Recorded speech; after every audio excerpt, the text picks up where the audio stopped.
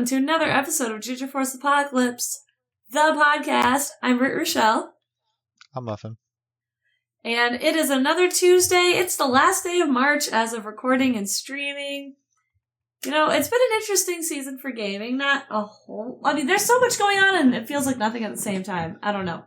Been an interesting time for gaming, but as always, I want to get with my main man Muffin, and I want to hear what games he's been rocking with this week since we last streamed and recorded together. I've been playing more Dissidia. Okay. Still trying to make it past certain parts of the story. Other than that, I've been not really much time to play outside of like a couple minutes every now and then. Okay. Mainly doing the workouts. Getting swole. Not necessarily. No. I no longer have a dad bod, but that's good. Nice. Do you say dad bod or dad butt? Dad bod. Oh, okay. I was like, what's a dad butt? I know what a dad bod is, but... Yeah, we're looking pretty solid these days, you know. Nice. You gonna start thirst trapping on your socials? No. No. That's a lot of work. I'm not doing that. It is a lot of work. Thank you for acknowledging it. Being a social media sweat is a lot of work. It is. It is. I'm glad you finally acknowledge it. I'm not the one that needs to acknowledge. What?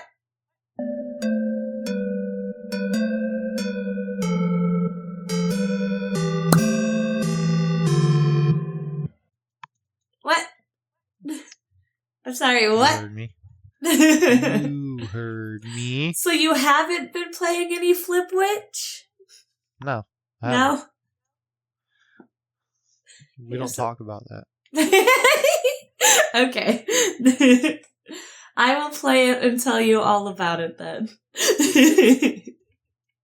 Those games are for gooners. We are not. We are a good Christian Muffin and Brit here. We do things the right way. Never done it We wrong. don't pirate games at all. That's never happened in our lives. We've never done that. Not We've once. paid for every game in our library.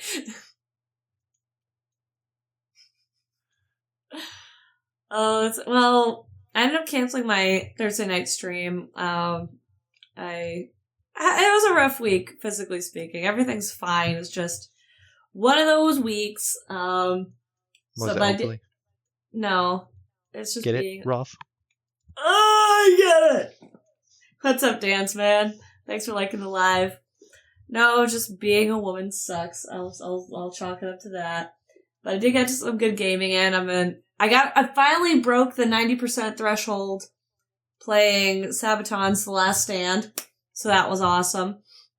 Fucking love that song. I'm so happy it's still in Rocksmith Plus. They took off one of my other songs that I play on there a lot. A while back, it was Supermassive Black Hole by Muse. But then they brought it back, so yay, it's back. But it still really annoyed me because I was getting really, really good at playing that song. Still I'm just kind of a mediocre guitar player, I know that, but I'm still learning, so I'm giving myself some grace. Let's see, we played our Destiny, we're getting further into the story, it's been intense, but, you know, it's staying intense. It is indeed. I remade Lisa La Noma on World of Warcraft, because if y'all missed last week's stream or haven't seen the episode yet, I did experience my first hardcore character death in World of Warcraft, which was freaking devastating. Thankfully, I was only level 14, so it would have taken me a lot less time, but again, I am still a college student, and I do have other activities going on, so it shouldn't have taken me almost 2 weeks to level back up to 14, but I did, with the help of a good friend of mine, we did finally get me back up to level 14 so I can catch back up with my gnome group. In that time, though, I did end up getting my friend killed. Thankfully, he is way faster at leveling than I am, so he got Bridget we're both gnomes, and her name's Bridget because Bridget the midget. So he got her leveled back up really quickly. He's insanely good at leveling. I'm just not, and I'm overcautious. So, so yeah, Lisa Lenoma will be back. She will return. We almost got killed by trogs in this freaking cave last night because my Voidwalker decided to pull like 4 of them at once, plus an elite. So me and her were level 12, and I had my Voidwalker against a level 13 and 4 level 11s, which in any other circumstances we probably would have died. Which again, in hardcore WoW, you don't do the Walk of Shame, you just have to start your character over from level 1. But thankfully, got my head in the game, and again, don't even speak to my friend's talents. He's just, crazy good, so. We got it figured out. We survived the cave, so that's good. Again, didn't play any didn't get to GTA last week, which does suck, but I might forego GTA for a little bit. I might make my Thursday nights a Life is Strange night since the new game just came out, and I haven't played it yet, so we'll see. Saturday, I zipped through the last worlds I had with Riku on Kingdom Hearts Chain of Memories. And I'm on, I don't remember, I can reference my little book here, because again, I'm a fucking nerd. But I got through Halloween Town. Wonderland sucks. I still hate Wonderland. Worst world in all the Kingdom Hearts worlds is Wonderland. So I got through, it was Wonderland, Halloween Town, Atlantica, and Agrabah. I got through. Yeah. Which, it took a lot less time with Riku than it did with Sora, because every other door that Sora went through was like a cutscene or story exposition. But with Riku, it's King of Beginnings, we're just starting, or not King, Key of Beginnings. We're just starting the story. Nah, just go ahead and fight the boss. You got this, Riku. But now I'm on another Organization 13 member who's very beefy and has the element of Earth on his side. So I think it's, yeah, he has like this whole Earth ability. I did what I call the old college try, or I wouldn't even say it was a good college try. It was more of a token effort because I made it to the boss, but I had to leave for a class that I'd signed up for with a friend. So I guess it was more of a token effort, but I was like, let's just see what he does. And he's literally like summoning rocks from the ground to stab me with. So that was fun. I think it was Lexius though. Let me double check here. I've got a little index. I got a book. She's got a book, ladies and gentlemen. I like books. Books are my She's favorite. a nerd. Books are my friends. You said, have I fought Syx yet? I don't think so. Don't let her lie to you guys. She's a fucking nerd. Yeah, it's Lexius. Lexius is the one I'm fighting. He's got this crazy, it looks like a freaking tool that I don't know that actually, it looks like a tool that like a plumber would use, but that's his sword. I don't think he's a Keyblade wielder, actually. I don't know. Brawny warrior wielding a gigantic axe. He's one of the longest serving members of the organization. So no, he does not wield a Keyblade. He wields an axe. So I got to him in Chain of Memories, is the short version of that story. Let's see. Saturday night. Oh yeah, date everything.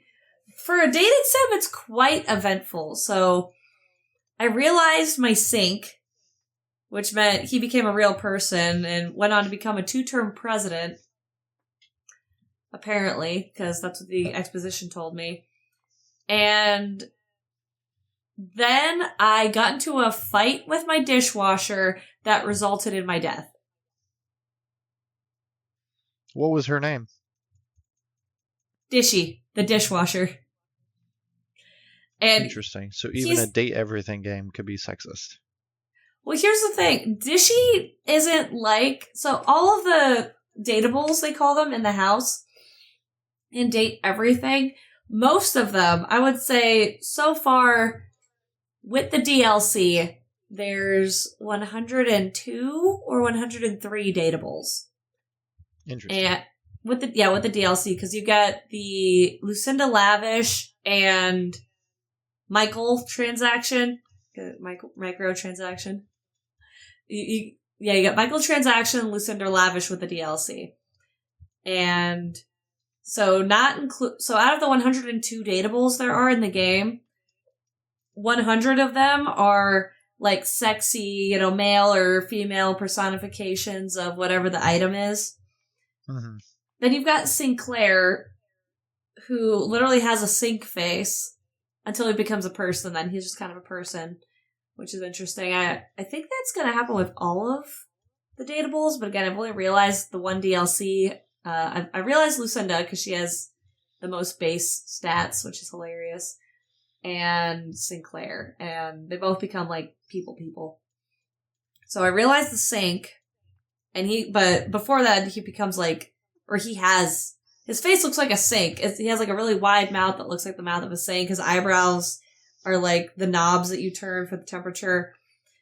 Again, interesting. And then you have Dishy, which is, he's a dishwasher with a face, but he also has like cut muscular legs. Okay. Again, it's really weird. But, so, the plot of the game with Date Everything is that you work for Valdivian, which is just this mega corporation a la Amazon. You're basically working for a parody of Amazon. And you get laid off because they replace your customer service job with AI. So, the dishwasher... Tell me that's not happening now, Brittany? Oh no, it is. That's what I'm not saying it's not happening. I'm just saying that's also what happens in the game. Except, so your dishwasher is a Valdivian brand dishwasher, so it's constantly trying to inundate you with updates and all this stuff going on. You can program a password. And the only reason I even let him get online was purely by a misclick. I just accidentally clicked the wrong option. I didn't even want to do it. I wanted him to be a normal dishwasher because I kind of, in a way I saw this coming, and another way I totally didn't see this coming because I figured something would go awry. But not awry in what actually did happen, which was that Dishy, when I tried to get him to go online, or offline, I was like, I don't want these updates. I don't want any of this. Just be a fucking dishwasher. I don't want you scanning my biomatter from the dishes to figure out what I want my house to smell like. I just want you to be a dishwasher. And he basically goes, really? Really, bitch? Well, I'm online now, so you ain't stopping me. And so he transforms into this mega boss. And it's an actual boss battle where you have options to click and you have to fight the dishwasher. And if you don't, if you die, it brings you back to the main menu. That's crazy. I hit continue. The funniest thing is one of the methods you can use to try and beat the dishwasher, I tried to shut it down by turning off. There's an option to turn off the auto pay by basically canceling your credit card payments or your payment method. Mm-hmm. And that's when customer service comes in and goes, man, I'm so sorry that happened to you. Let's turn this off. And he's like, it's too late now, bitch. But it already generates you a new identity because the customer service rep just assumes the reason you want to do this is because you got your identity stolen. So it issues you a new identity. What an interesting train of events. Right? That's what I'm saying. I put my name in the game as Brittany. Go figure. I'm so creative. So now now that that's happened, I've died, I went to the main menu, I hit continue, and it picked me up where I left off. Kind of.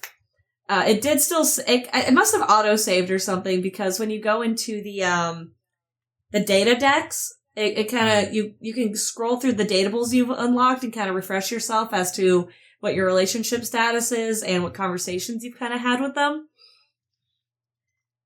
And when I go into Dishy, of course it tells me that I died.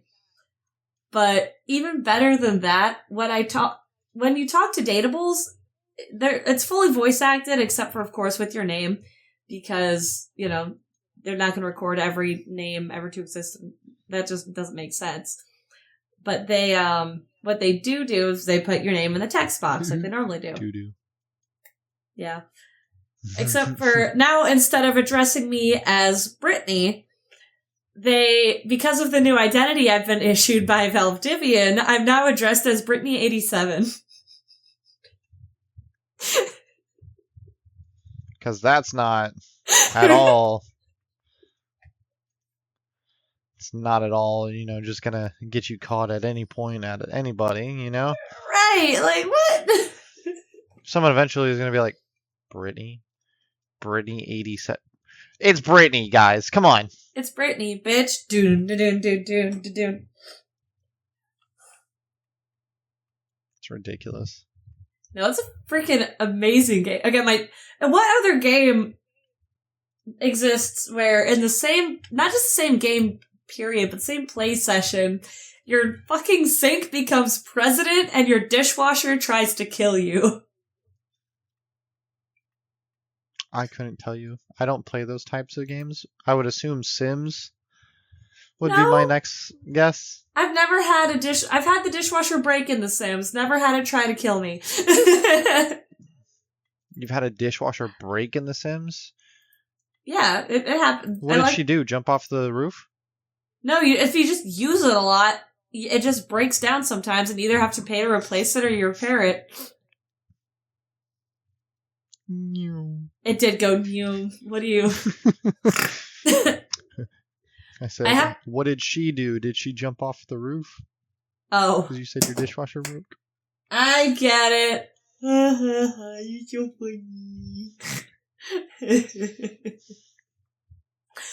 Well, before we get into the news, I want to say hi to my lovely lurkers. If you're, if you're in the stream and you haven't, said hi yet, come on, just say hi. I don't bite. Do it. Do it. Do it. Alright, let's get into some news. Okay, we got some TwitchCon Europe news. Has TwitchCon happened in the US yet? I don't think it has. I don't think it has either. But here we are, so TwitchCon does have new rules to keep streamers and fans safe, which is nice. We've went over, I think it was late last year at a con, there was a streamer that basically just got rushed by a fan, which in most cases just sounds like, oh, fun, so exciting, but unfortunately, as history has shown, that is actually quite the dangerous thing that can happen. See Selena, Christina Grimmie, even those people, those are, unfortunate fatalities that happen, but even on the lighter end, you've got singers like, Billie Eilish, who else? Sabrina Carpenter, BB Rexa, Ava Max, just getting cell phones thrown at them, getting black eyes because some fan just threw a cell phone on stage. Just Billie Eilish touched my phone. It's the stupidest thing. Which, before getting too much into that, or not even to, okay, so even there, I don't want to get into it too much because, again, it's just kind of silly. But there's even a big controversy with Chapel Roan right now because some little girl, I think it was Jude Law's daughter, not that it matters, but it was some famous dude's daughter, recognized her at a hotel breakfast and didn't say hi to her, didn't talk to her, didn't really approach her. She just passed by her table, was basically mentally went, is that Chapel Roan? Yeah, it is Chapel Roan. Awesome, I love her. And then walked away. And some dude who was allegedly her security guard, it's come out that it possibly wasn't. I don't know. But some dude basically came and accosted this 11-year-old girl, yelled at her for you don't touch her, you don't approach her personal space, you don't do, just gave her the business. And it's a big controversy right now. It's none of my business, but it does show, Chapel Roan has gained a reputation for kind of being super unlikable because she's don't touch me, don't take pictures of me. She films her fans and goes, I told him to go away. I just told him to go away. He's still touching me and talking to me and blah, blah, blah. And so just being extra weird about it. Again, just being extra weird about it, yeah. And the reason I go into this before even getting into the TwitchCon news is there's a line, right? Because I do get why Chapel in this particular instance is being like this, because of instances like Selena Quintanilla, Christina Grimmie, other famous people who have, or even, Kim Kardashian was robbed in Paris because people knew she was there. There's a certain level of notoriety, which fluctuates nowadays because of micro-celebrities. There's a certain amount of, I do want my privacy, I want to be able to stream on the internet, go on tour, do my thing, while also having a reasonable expectation of privacy and safety. However, in public, there is no expectation of privacy. Exactly. So, say, I would argue whether or not that was Chapel Roan's security guard, the guy went too far. Whether or not, absolutely. But if you're, say, at a meet and greet that, you're expecting and wanting and even inviting fans to come up and say hi and meet you, there are certain, especially at public events that you have to pay to get in, there's a certain, there's security hired, there are regulations put in place, there's a protocol you follow. You get in line, or you pay your ticket, you get in line, you say hi, maybe get a hug and a picture and an autograph, and then you move on your merry way. Yeah. You don't skip the line. There's this thing that's getting lost on a lot of people, especially since COVID, I've noticed. Etiquette and common courtesy. And a lot of the reason these regulations have to be put in place is because so many people lack it. Yeah. And now that I've gotten off my soapbox, let's see what these new rules and regulations are. It's going to be like some extra bullshit that nobody else is going to follow. Right, but again, the reason this extra bullshit is getting put into account is because people don't know how to act. And it's a goddamn shame. Well, I mean, kind of give your people the expectation of the ability to go wild. No one's going to sit here and go, oh man, you know what? It would sound like a great idea if I didn't do this. Yeah. Yeah. Well, there's a certain, I can't remember, there's one comedy special I've loved since, it's called the Blue Collar Comedy Tour. And it was Bill Engvall, Jeff Foxworthy, Ron White, and Larry the Cable Guy. Plus they had some other smaller country comedians, but those were the main 4 stars of it. Yeah. And I think it was Bill Engvall mentioned that when you're younger, there's this filter that happens between your head and your mouth to stop you from saying stupid shit. And people just aren't getting instilled with that filter anymore. And it's not just translating into words, but also actions, which is where a lot of these people mess up. All right. All that being said, Twitch has put out new rules for TwitchCon 2026 in hopes of keeping both streamers and fans safe during the events in Europe and San Diego. TwitchCon is one of the biggest gatherings of Twitch streamers and viewers, complete with meet and greets and panels. As the convention continues to evolve, the streaming platform is adapting to ensure that everyone has a safe and fun time. TwitchCon attendees can bump into all kinds of streamers walking around and documenting their experience for their live viewers. While it's often a memorable event, TwitchCon has also seen many unfortunate incidents involving its guests. Just last October, I couldn't remember her name, but thankfully that they do bring it up, Emmy Rue was assaulted during a meet and greet when a fan came up and hugged her without her consent. Again, I don't think a hug is assault, but again, it depends on how, aggressive it was, if she was expecting it. Which again, in any normal, reasonable world, a random hug should not be considered assault. But unfortunately, especially since Christina Grimmie, again, she was killed by a fan at a meet and greet. He could have been wielding a weapon, and she had no idea.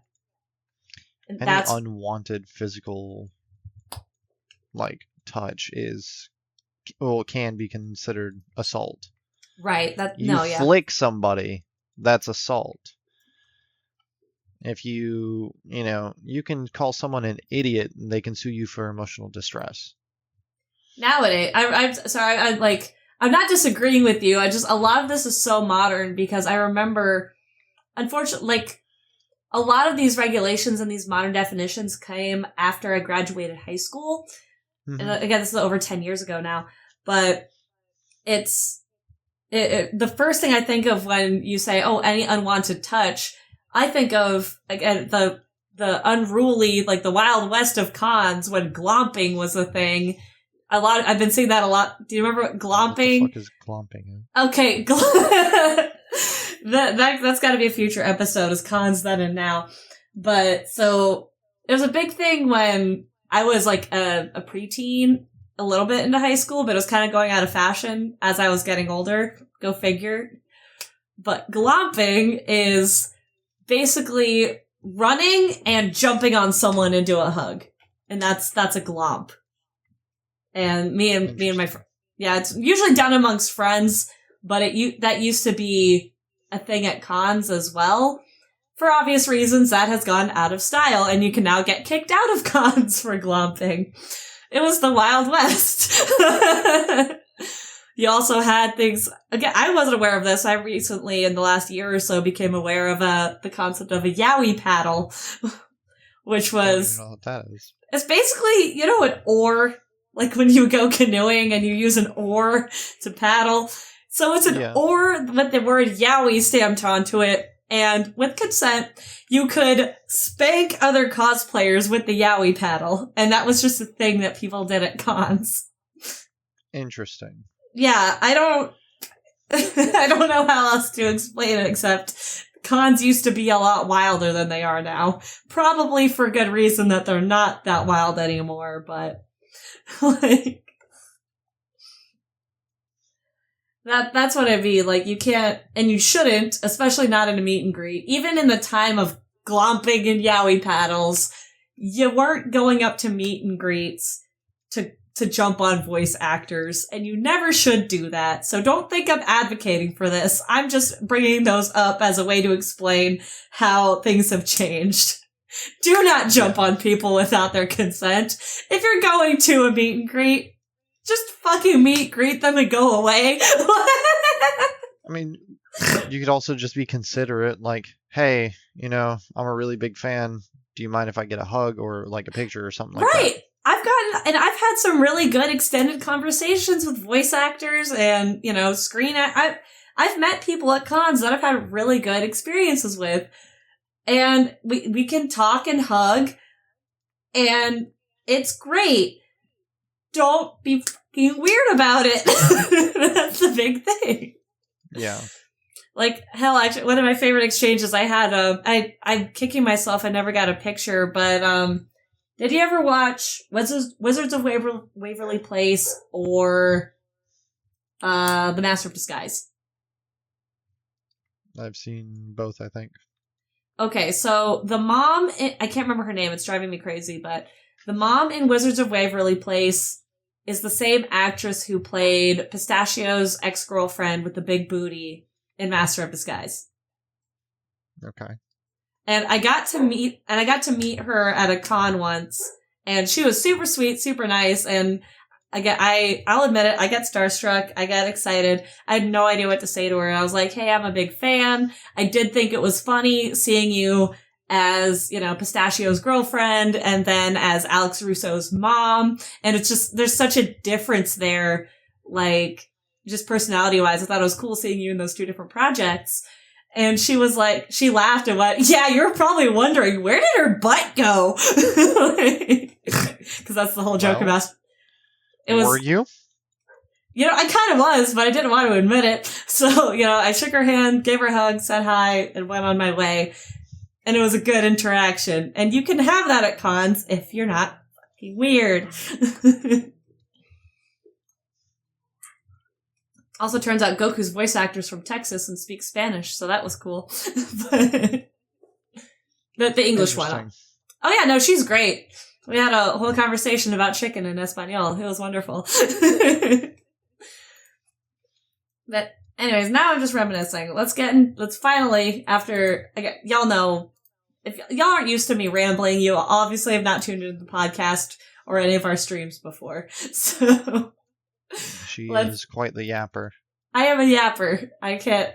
I literally, oftentimes when I go like, I'm literally shutting up because I have to actually help myself because I'm like, it's a problem. Anyways, I'm a yapper.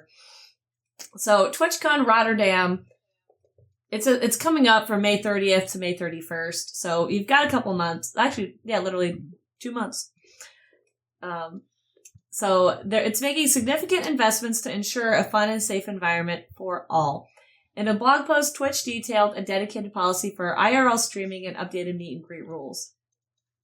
One of the most valuable notable changes is that attendees will have the option to wear lanyards to show that they're not comfortable being on camera. This means that IRL streamers won't be allowed to interview or approach people wearing the designated lanyards. And if that's the whole point of having fucking TwitchCon. Everybody's gonna be on camera. It is, and I can see the pros and cons of this, where it makes sense and where it doesn't. Actually, this could be a whole episode on its own, too, is con etiquette and what the fuck happened with fame, and, you know, where's the line, pretty much, because a big reason a lot of this I don't want to be filmed happened is because basically in the early 2000s, paparazzi went too far. Actually, late 90s, early 2000s, paparazzi people went too far. You can see Princess Diana, Britney Spears, Miley Cyrus, like all of those are just three examples ranging from various levels of severity to Lindsay Lohan, to how paparazzi can, it goes from an appreciation to an exploitation is the thing. Like I think one of my favorite, what's it called? I guess you could call it a paparazzi photo. It might just be a candid photo. I'll have to look it up. It's pretty funny, but if you look up like Pete Wentz and Bruno Mars, it's a picture of Pete Wentz in a hoodie and sunglasses. You can obviously still tell it's Pete Wentz from Fall Out Boy. He's just kind of walking along a street doing his thing, and then right behind him, like turning around, like literally breaking his neck to see him as Bruno Mars with this giant smile on his face, like, is that Pete Wentz? But there's a difference. Been lost on me. I know who Bruno Mars is, but I have no idea who Pete Wentz is. See, like, I have a sister who is obsessed with Fall Out Boy, so I know who Pete Wentz is, Joe Troman, Patrick Stump, Andy Hurley. I know about the Summer of Like allegedly occurred between Pete Wentz and Mikey Way in 2005. It's insane. But there's a lot of band lore that is starting to make its rounds on the internet again, but like dominated it in the early. The internet is still a crazy place, but I would still argue it's not as unhinged as it was back in the day. Again, probably for good reason. But there's an appreciation to like being like, oh, there's my favorite celebrity out in public. I see him out in the wild. I don't want to bother him, so I'm just gonna. That's my boy. That's my boy. Father, help! So, like, no, you'll like sneak a pic, and be like, oh my god, and it can be awkward too because there's a lot of people, like celebrities, they're just like us. That was a big thing in like People magazine for some reason. Oftentimes people forget celebrities are still just people. So they go out in public sometimes. They go grocery shopping sometimes, and God forbid someone have a resemblance to them. I met an internet friend back in the day who kind of looked like Gerard Way, and he got stopped all the time for pictures and just kind of entertained it because he's like, fuck it, why not? It's fun. It's called false identity, you know? That's a felony. You're pretending to be somebody else. It's not okay. The point being, so you may not even, like, or say the little girl who didn't approach Chapel Roan, she could have just been, like, swinging by the table to be like, is that even her? Oh, shit, that is her. Not gonna bother her, going on my merry way. But if she snuck a picture, it's like, oh, well, that's interesting. But then you've got, say, the more extreme end, say, Britney Spears in, let's call it 2002. Or, no, 2007 was her big, like, meltdown year. So it'd been, like, 05, 06 when the paparazzi was, like, up her ass. Hordes of them with cameras, like, this close to her face, going like, oh my god, give me a picture, give me a smile, what are your kids doing? Oh my god, it's Britney. Oh my god, it's Britney Spears. It's way overboard, and it's way way too close, way too dangerous. And a lot of them, again, a paparazzi, the difference between a fan and a paparazzi is pretty much one of them's being way too intrusive and one of them's getting paid. They're not trying to get close with their favorite artist because of their favorite artist. They probably don't even care about their artist. They know they're popular and they can make a quick buck by getting a really bad or really good picture of them. So, again, in terms of, say, not wanting to be filmed in public, oh gosh, I just saw this other girl. She's kind of one of those micro celebrities. Her name's T. She got her following doing cosplay. So she got her following doing cosplay, but she's also going to music and all that. And she recently spoke out because she thought she was having like a cool interaction with not even like a fan, just some other person at a con, that she's like, oh, we're just having a conversation. But then he started asking these weirdly invasive questions and she's like, I don't really want to talk about that. And he starts like pushing and pushing. She realizes he's wearing meta glasses. So he is actively filming her while they're talking to try and get some kind of reaction or content out of her. And it's just weird. Sounds weird. Exactly. So that's where I think they're starting to put in, like, say, the lanyards, I don't want to be filmed. Also, you have the situation, I've had, it's a 50-50 shot. Again, I know, say, you with your child, you don't want them on social media pretty much until they themselves can put them on social media, which I totally agree with. Similarly, I've had other parents say, I'll take pictures, not even for social media, just to document a birthday party. And I've had parents come up to me, they see I'm taking pictures, and they're like, hey, can you not put any of those with my kid in them on social media? Because, like, I don't want them on there. So I go, okay, yeah, sure, absolutely. And I take a mental note. Any picture I have with this particular child or any other child that I have not gotten consent from the parents from is not going on the internet. Perfectly reasonable. But again, that's where I think the lanyard thing is starting to come into effect, is it's not just people with cameras anymore. It's not just people with cell phones. It's literally, hey, I want to film my experience at this con on the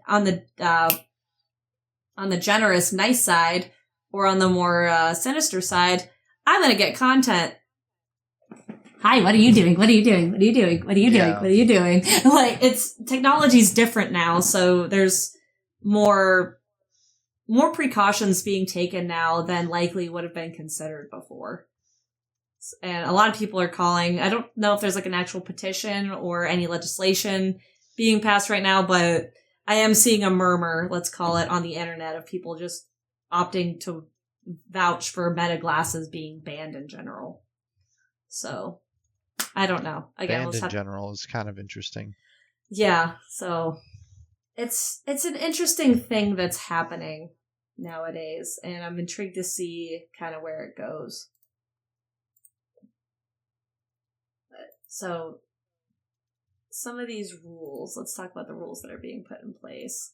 Because I could just stop and be like, yeah, these are the rules, move on to the next thing. But there's so much context and so much cultural change and technology advancement that goes into it that I think us having a discussion about it to provide a little more context, I think, is just not just fun, but necessary. So the IRL streaming rules. Oh yeah, just chat. I say what we're doing. I have our Twitch subject or category set to just chatting, because technically we're podcasting, but if you ask Twitch, we're just chatting. We're just having a conversation. Yeah. But there are a lot of IRL streamers that literally just stream, like Amaranth does it. There's that dude that's banned in Korea that does it. I don't remember his name, but they literally I think I know exactly what you're talking about. Exactly, I keep seeing a video of him getting punched because he was like up in somebody's face. Like, yeah. Hey bud, what are you doing? What are you gonna do? What are you gonna do? And yeah, he literally instigates people because he was trying to get content. It's all about content. But you've got people that's like, I'm going to the grocery store. Isn't me going to the grocery store so interesting? I'm going to the grocery store. Look at this person at the grocery store. Like, And that's just their whole stream thing. That's just their whole brand, so to speak. And it's fucking obnoxious. You can only do that so many times before you're kind of just looking for something to go wrong. There's another concept on the other end of what's common courtesy and reasonable expectation of privacy. On the other end of the spectrum, you should have this thing called the benefit of the doubt. They're not being weird in content farming. They're just trying to get a POV experience of their con. Okay, neat argument. That argument becomes void when you start doing things like invading someone's personal privacy or being too pushy. Yeah. Again, you can only do it so much before it becomes a problem. And that's how stuff gets ruined for everybody, because like some person with meta glasses, they could just be wearing them because they are at an amusement park and they want to record their experience on a roller coaster. Neat. They're probably gonna not take them off. Like, again, I strapped a GoPro to my chest, but some people have glasses to do it. And it's likely they want to record their friends' reactions too. Like, did you have a good time? Oh my god, that was so fun. Again, but when you've got people who are gonna immediately take it too far and immediately just cross the boundary, it ruins it for everybody else. I mean, I'm kind of on the whole fence about getting meta glasses. Mm-hmm. More so because I'm starting to realize more and more that I may unfortunately need to get glasses. So I am probably just going to get like the prescription and then just buy the glasses. But the glasses aren't just going to be like standard glasses, you know? Yeah. Where I work, we have a lot of people that come in that don't speak English. Mm-hmm. You know, so if they're trying to explain something that I can't understand them, obviously I can only hear it one way. I can't speak it to them. Mm-hmm. But it might help, you know, a little bit more with my job. Yeah. You know, hey, Meta, you know, tell me what's going on here. Tell me how I can fix it, you know. Mm-hmm. That type of jazz.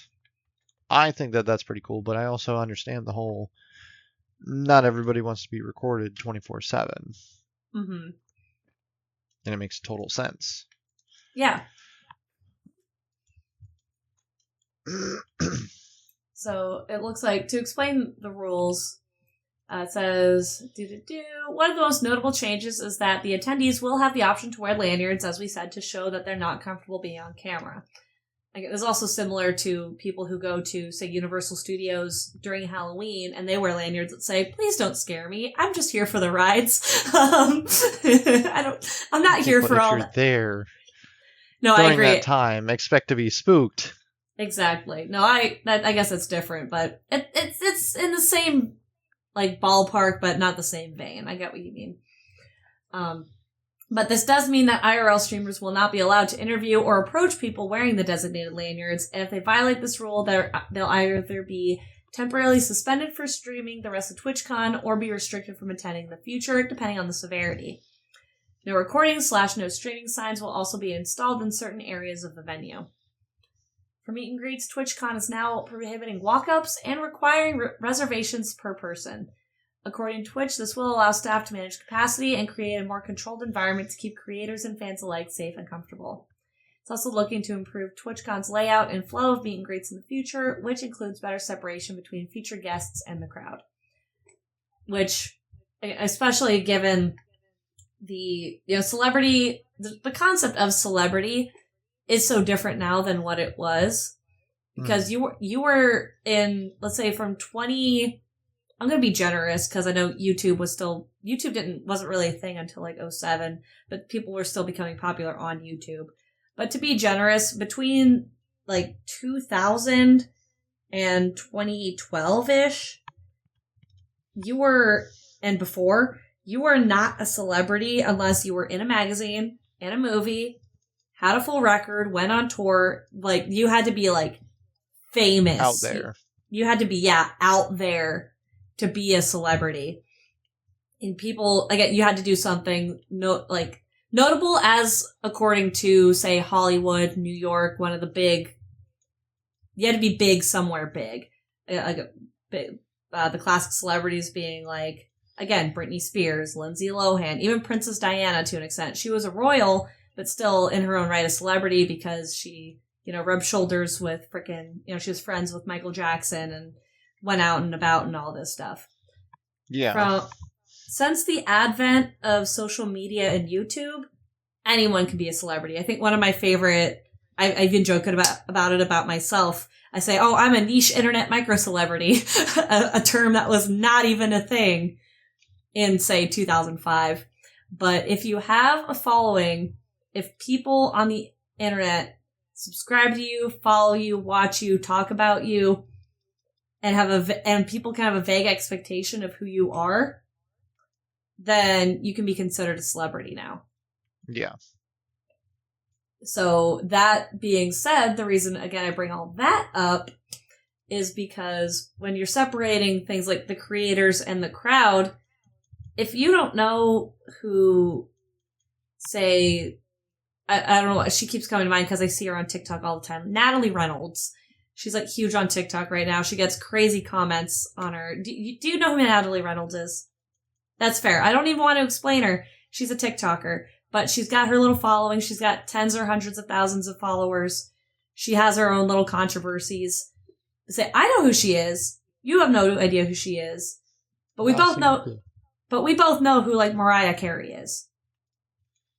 I know she's a singer. Exactly. That's all you need to know. She's a singer. My point being, it's easy to separate someone like Mariah Carey from a crowd because she is established, she likely has an entourage, and she does certain things like wear fancy clothes or wear sunglasses in public, whatever, like at night, to hide her identity. It's easy to separate her from a crowd. Someone like Natalie Reynolds, you wouldn't recognize her in a crowd. She probably does not have an entourage. She does not have the same notoriety that a bigger celebrity does. So separating a moderately famous Twitch streamer, and I'm not talking like PewDiePie or Markiplier, I mean someone moderately famous, not crazy famous like they are, like a moderately famous Twitch streamer from the crowd could be more difficult, but that does not make it any less dangerous for them if they are in the public and they do have just that one or two crazy fans that's going to go overboard and hurt them. So they are prohibiting walk-ups, which is unfortunate. But in some cases, yes, understandable. Let's be generous let's not be generous and say only the one time I scheduled a reservation for a meet and greet, because I'm sure I've done it before. But I got to meet Elijah Wood at a con. I got his picture. It was really cool. I had to reserve that. You harassed him. No, I did not harass him. I paid my money. I got in line. I got my picture. I said my piece because we didn't have like a full conversation because it was one of those walk and snap, like walk up, take the picture and leave situations. But I still, told him something nice before I left. But every other like celebrity encounter or con encounter I've had, I just saw them at the con. Sometimes I didn't even know they were there. I was like, oh crap, they were in this project I liked. I'm gonna go get in line to meet them. Like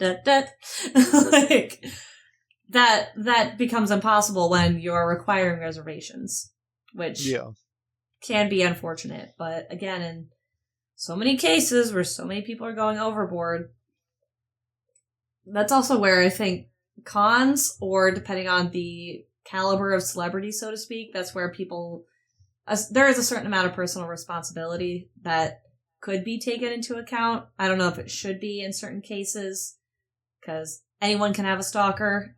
It's the best thing I could describe is like syndrome. If everyone's famous, then nobody is. Like, remember the syndrome from The Incredibles? If everyone's super, then nobody is. Yeah. And everyone's super, no one will be. And that's what's happening, and for good and for bad. Again, I can see the pros and cons of it. The that's pretty much what's happening to just the concept of fame and celebrity. Everyone can be famous, which means no one is famous. Yeah. So, again, you, even say you get rid of your Twitch, you stop streaming, you just decide to live a private life with your family, and you decide to do that. You could still, in theory, have, say, that one girl that got away that really liked you. She could begin stalking you and harassing you and making your life a living hell. You don't have to be famous to have a stalker. Like, but in the case of these public figures, or say, in our case, we're trying to become public figures, there's less of a reasonable expectation for privacy. But it's also becoming harder to differentiate who is famous and who is not. Yeah, I could see that. So, more streaming rules. I feel like this is going to have to be... I'm going to have to stop this and do a whole other episode, because this just became a whole thing. But sorry, I didn't mean to, like, monopolize the episode, but it's just such an interesting concept to me, how this is all just unraveled over the decades. Especially with, say, I think Madison Beer, I don't know what she does, if she acts or does music or does TikTok or all of the above, but where back in the day, again, like we talked about how Britney Spears, she literally, famously, again, notoriously at this point, shaved her head and beat up a paparazzi and his car with an umbrella. She did not want them in her shit. And then you've got other more minor celebrities who want the paparazzi to follow them and again, it's not just modern people. Classic celebrities did it too, but it has become more common that you tip off a pap, as they're called. You tip off the paparazzi. You let them know where you're going to be so that they take quote unquote candid images of you. I would honestly go through, if I ever had gotten to that point, it would be, hey, I'm going to be in this area this time, blah, blah, blah, blah, and then just never be there. Waste their time. Daniel Radcliffe famously, you may have heard this already, but Daniel Radcliffe, when he was at the height of his Harry Potter fame and was doing other projects after that, he famously wore the same outfit out in public for, I can't remember if it was weeks or months, maybe even years, but I think it was at least months on end. He would wear the same exact outfit out in public because then that made any picture. He didn't want them to get any decent pictures. And not only that, but it made the pictures become nigh unusable because it looked like they're all taken at the same time. Or Paris Hilton, I know, I've seen it. She's not the only one, but she's the first one that came to mind. She was another big one who was harassed by paparazzi. She more or less invited it and more or less encouraged the problem before she realized how big of a problem it was. I will put some onus on her. They call it like an anti-paparazzi scarf. You can wear it with your outfit, and something with the material and or the pattern of the scarf, when someone takes a picture with the flash on, it completely washes out the image and all you can see is the damn scarf and the face is like darkened out, and again, it just becomes a really bad, unusable photo. So I remember that. Yeah. It's like super reflective. Yep. And as soon as you take a flash, it's just everything's blacked out. Yeah. Yeah. So more streaming rules. So streamers and attendees must keep the pathways clear. Streaming is not allowed in areas with no recording or no streaming signage. Attendees should follow Twitchcon staff instructions, including requests to stop streaming or relocate. Attendees can wear designated lanyards to signal that they prefer not to be featured or recorded. IRL streamers are not allowed to interview or approach anyone wearing the designated lanyard or who verbally says they don't want to be on camera. And again, they do go into walk-ups being prohibited during meet and greet events, and attendees and +1s are required to make reservations for meet and greets. It looks like they're also beefing up security. In addition to new policies, Twitch also reiterated its promise to improve security measures to ensure that creators, fans, and staff members are safe during this year's Twitchcons at Rotterdam and San Diego. This includes more trained staff who are ready to respond quickly and effectively if any security arises, or if any issue arises.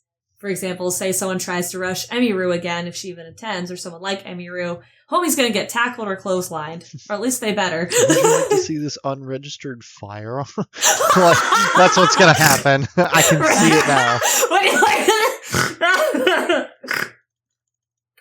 Oh, Sorry. you're rushing, or what is it, that JoJo scene? Oh, you're approaching me? Yeah, No! JoJo's Bizarre Adventure is nuts. It's amazing.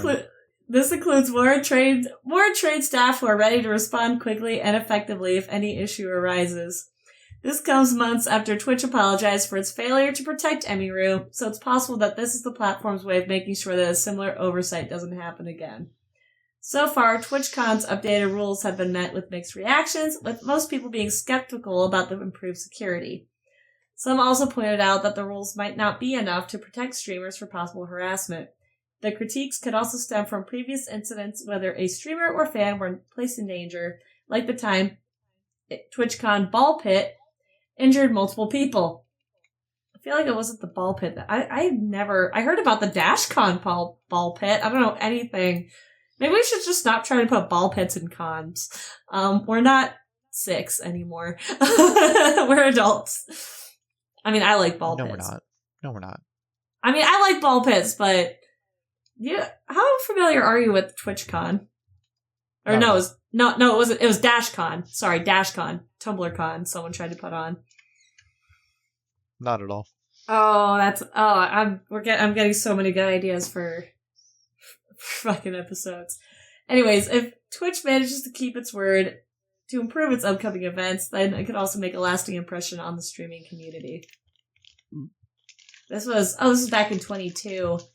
Twitch streamer breaks back in TwitchCon foam pit that injured multiple people? Well, maybe... Is there a video? I want to hear the bones breaking. Wow. I'll send you the link. It looks like there is actually a video. I'm going to mute my desktop audios. You don't know I'm not. Never mind. No, I'm not. I'm not censoring. We're just going to watch this real quick.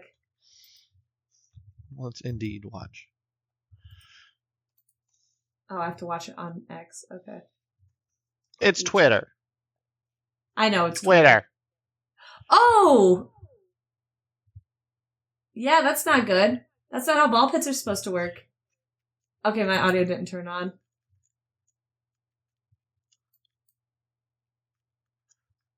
Adriana Chechik. Why does that name sound familiar? That checks out.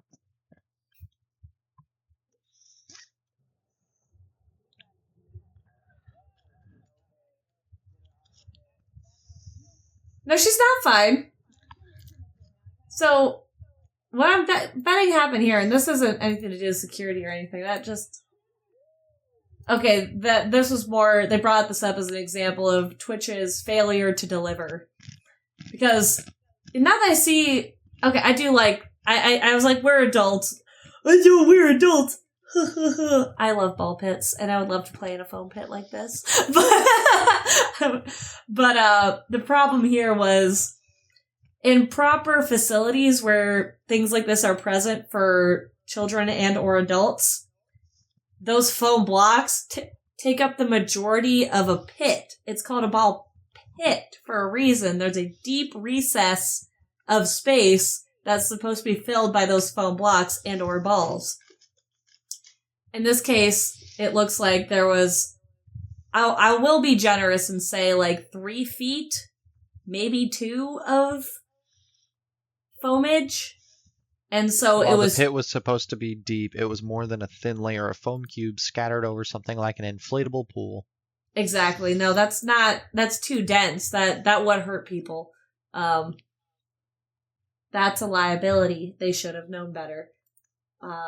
Again, there are whole facilities and little indoor parks that have pits like that, gymnastics gyms even, that have those things, and they're way safer because, God forbid, it's actual foam padding you can just sink into.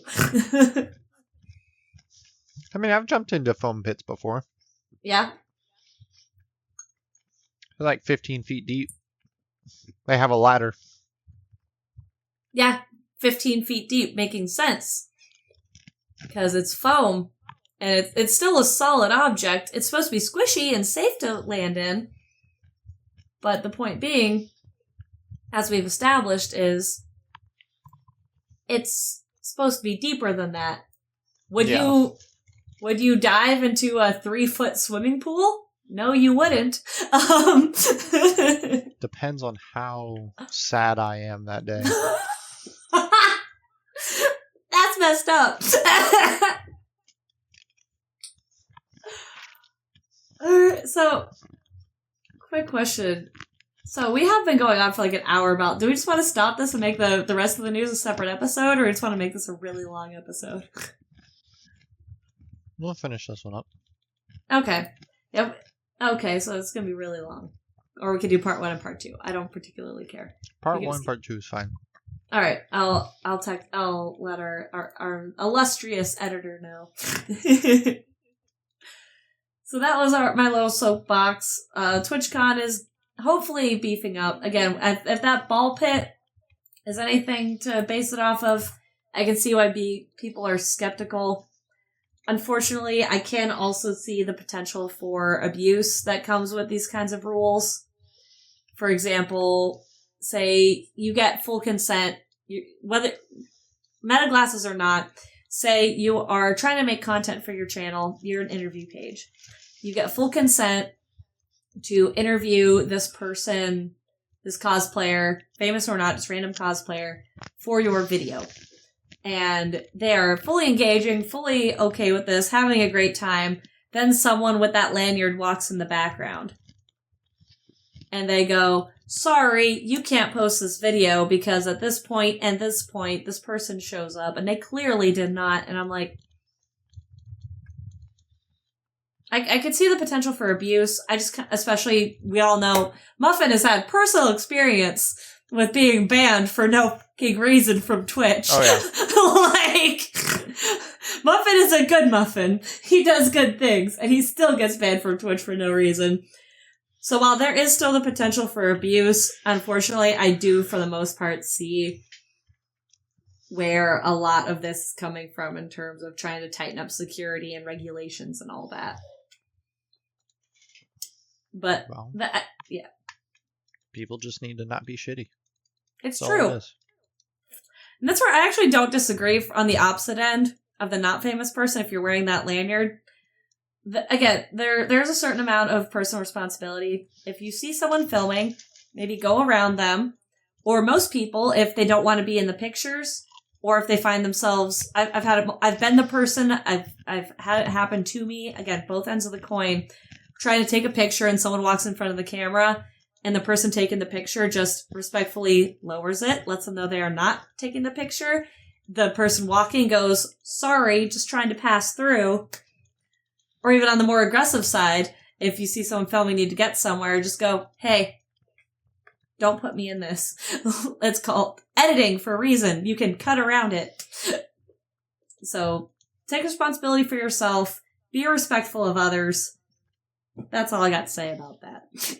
Yeah. Common courtesy. Common courtesy. We also have... So, this is another I bring this one up only to bring up a question at the end, I'll admit. Also, I was curious about the next video adaptation he wants to appear in, because we all know Jack Black's been famous for over 20 years by now. He's actually probably going on 30 now. Yeah, he's been in Tenacious D since the 90s. Then we've got School of Rock, Kung Fu Panda, freaking Shallow Hal was an early 2000 movie he did that questionably aged poorly or well. A lot of people are saying... It was a great movie. I love Shallow Hal, but a lot of people are saying it aged poorly. I disagree. I think it's a great movie. Shallow Hal's great. But he's been in his share of movies and projects. But he wants to be in another video game adaptation. Interesting. He said he wants to be in a live-action Yakuza adaptation. Not the game, right? See, not what I would have expected to say. In an interview with Screen Rant, Black was asked about the video game franchise he wants to be part of next. He revealed that he's interested in being a part of a live-action Yakuza adaptation, giving Sega a shout-out to give him the role of a portly American, if it were at all possible at some point in the future. The 6-episode Like a Dragon Yakuza series premiered on Amazon Prime Video. I didn't realize it had a series on Amazon Prime in 2024. Okay. To mixed reviews, that'd probably be why, from critics and viewers alike. It's still unknown if the series will get a second season in the future. After 2 years, probably not. In the future, Black seems keen to be cast in it for a potential big screen release. So I'm going to throw my hat in that ring. I don't know if there are any parts for me, like a portly American, but talk to me, Sega. Give me a jingle. Despite having heavy themes about Japan's underworld and its various criminal activities, like the Yakuza franchise also leans into lighthearted moments to showcase the depths of the characters' personalities, especially with named protagonists like Kazuma Kiryu, Goro Majima, and Ichiban Kasuga. The game features a host of characters in their sub-stories, which would sometimes include foreigners visiting Japan. If Sega decides to take Jack Black up on his offer in the next season of Like a Dragon Yakuza, he might be a good fit in terms of adding a little comedy to the story. I forgot, he was also freaking Bowser in the Super Mario movie. As previously, Bowser. He wrote a whole song about Princess Peach. As previously mentioned, and I myself mentioned, Black has starred in video game adaptations that became box office hits. A Minecraft movie earned $961.2 million worldwide, while the Super Mario Bros. Movie made a whopping $1.36 billion. Christ. Super Mario Galaxy movie also has the potential to make bank once it premieres worldwide, which would further show the people's interest in well-made video game adaptations. It's like a movie musical. If you don't do it right, it's just going to be bad.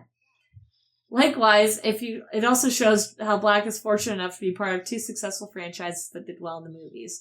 Like a Dragon Yakuza series may not have done that well upon release, but still has a chance to make it big, if done right. So I guess my question is, I've seen Jack Black used to be, and still kind of is, a national treasure in so many people's minds and in the cultural zeitgeist. But I've also seen more mixed reviews on it. What do you think about Jack Black in movies in general? He was entertaining. Mm-hmm. I forgot School of Rock. He was in that one. Yeah, I have School of Rock. I used to watch it a lot. Read between the lines. It's good shit. Anyway, sorry, go on. Like, throughout the years, obviously, everybody has their own, like, massive meltdown, whether it's something political or some other, nonsense thing that, somebody is, like, trying to just throw out there. Mm-hmm. Overall, he's still a great actor. Oh, yeah. He's can't really hate him on too. his... He's good. Can't hate anybody on their own, like, personal, like, I guess, views. Because then that just puts you on the side of being a bad human. Yeah, I agree. Like, if you've actually done something bad, or if you believe in something like cannibalism's okay, like, or even like that's one thing. I don't know who believes in cannibalism is okay. I just went other extreme than Hillary because Clinton. I mean, exactly my point. I mean, most of the Hollywood elite are okay with cannibalism, as we're finding out, and a lot of people have known for a while. I feel like it's just become such more of an apparent thing, especially since the release of a certain collection of files, that things are more apparent than people wanted to believe they are. You know what I mean? I'm trying not to. Yeah. I don't want to get into it on this episode, but we all know what's going on and what we're talking. We all know what's going on. We all know what's happened and what's still happening. And again, in terms of controversies go, I feel like what happened with Jack Black and Tenacious D, for one, wasn't even Jack Black. It was his partner, Kyle Gass. But even so, I don't disagree with KG, as he's also known, being able to express his own opinion as to things like politics. It's as bad as okay, so I don't know how many people or how much in the cultural memory this is, but my sister was obsessed with it, so thankfully I do know about it. When George Bush was elected, God, what was it? That would have been like 2000, right? When George Bush Jr. was elected. So. Yeah, sorry. I'm bad with presidents and I'm bad with names. But when George Bush Jr. was elected and everything was going on with 9/11 and the what do they call that? The administration doing what they were doing and the wars going on. I remember the Dixie Chicks got not just nowadays they'd call it a lot of hot water, but it wasn't just hot water. They were blackballed. They were the Dixie Chicks were huge in country music. They're a country girl group, and they were huge. Hits like "Goodbye Earl" is one of my favorite songs of theirs. And they got blackballed. They were not allowed to perform in venues. News outlets, like, they would report on them, but they would not interview them. They couldn't tour. They basically just couldn't work publicly for a good 3 to 5 years. All because they did not agree with the president's the president's administration, and one of them, again, not all of them, one of them said on stage, "We are ashamed that the current president is from our home state." Oh. And they couldn't work for years because of that. And that's what's happening to Tenacious D right now because Kyle and I watched the video recently. It was pretty harsh, but we have to remember they're a comedy group, and also free speech is a thing. The whole it was right after Trump's the assassination attempt. Yeah, the attempted assassination of Donald Trump. KG, which everybody is still saying that it never happened. Yeah. So all Kyle Gass said, which again, it's mean and it's harsh, but all he said was, "I hope they don't miss next time." Yeah, that's still not necessarily a good thing to say. No, it's wishing ill will on somebody. It is wishing ill will on somebody, and it's not particularly nice. But then you look at, say, earlier episodes, like from the 90s of like Mad TV and SNL, and it's on par with that. It really is. Yeah, but even then, that's not saying, "I hope that the president actually gets killed next time." That's a bit far off. I get it, and I can see him going, there's a difference between... No, it is off. I get that. I guess my point being is it went from, "Whoa, bro, too far, you shouldn't say things like that, not about that," to "You'll never work in this town again." Like, you know what I mean? Like, imagine you got fired because of some bullshit you said on this podcast, is my point. You got fired from your job at the tire shop. It was worth the shot, you know? Yeah. Well, then you guys get your wish. I get to do this full time. Woo!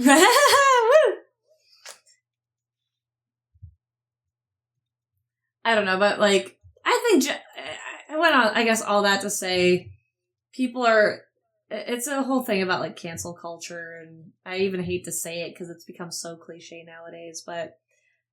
Yeah, cancel culture sucks. In defense of Jack Black, he's not even the one who said it. It was his friend. Yeah, but part of the group, you know. Part of the ship, part of the sea, you know, that type deal. Yeah. Part of the ship, part of the crew. Mm-hmm.